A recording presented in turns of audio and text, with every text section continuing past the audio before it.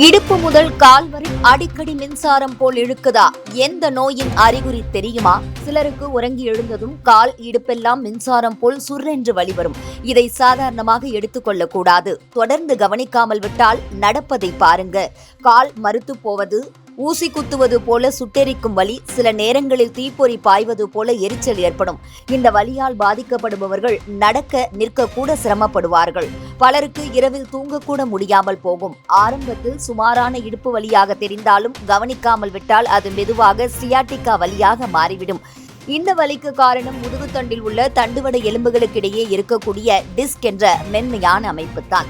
அது நம் உடல் சுமையை சமப்படுத்த உதவுகிறது. ஆனால் தவறான உட்காரும் நிலைகள், கூன் போட்டு உட்காருவது, சாய்ந்து உட்காருவது, பைக் ஓட்டும் போது குனிந்து செல்வது போன்ற பழக்கங்கள் அந்த டிஸ்க் லேசாக பிதுங்கச் செய்யும். அப்போது அது சியாட்டிகா நரம்பை அழுத்துகிறது. இதுவே வலியின் அடிப்படை காரணம். நரம்பு அழுத்தப்படும் போது அதன் வழித்தடமான இடுப்பு முதல் கால் விரல் வரை முழுவதும் வலி பரவும். இது உடம்பு முழுக்க சோர்வு, பலவீனம், சில நேரங்களில் சின்ன வேலைக்கே மூச்சு வாங்கும் நிலை ஏற்பட செய்கிறது.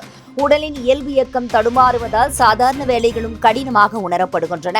எனவே இதை ஆரம்பத்திலேயே கவனிப்பது மிகவும் அவசியம். வலியை குறைக்க சில எளிய வழிகள் உள்ளன. முதலில் உட்காரும் நிலையை மாற்ற வேண்டும். எப்போதும் நிமிர்ந்து முதுகுத்தண்டை நேராக வைத்து உட்கார வேண்டும்.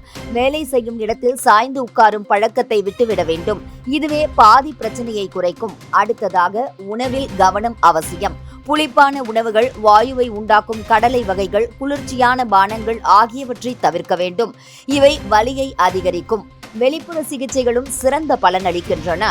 சித்த மருத்துவத்தில் வர்ம சிகிச்சை வலியை குறைக்க அற்புதமாக செயல்படுகிறது. வாத நாராயண தைலம் போன்ற மூலிகை எண்ணெய்களை தடவி நொச்சி, தழுத்தாழை, ஆமணக்கு போன்ற இலைகளை வெதுவெதுப்பாக வைத்து ஒத்தடம் கொடுத்தால் வலி குறைந்து தசை இறுக்கம் தணியும்.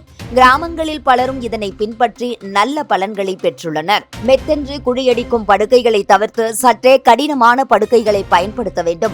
முடிந்தால் தரையில் பாய் விரித்து படுப்பது சிறந்தது. இருசக்கர வாகனங்களில் அடிக்கடி பயணம் செய்பவர்கள் வண்டியின் ஷாக் அப்சர்வர் சரியாக உள்ளதா என்பதை அவ்வப்போது பார்த்து கொள்ள வேண்டும். இல்லையெனில் சியாட்டிகா வலி மேலும் மோசமடையும்.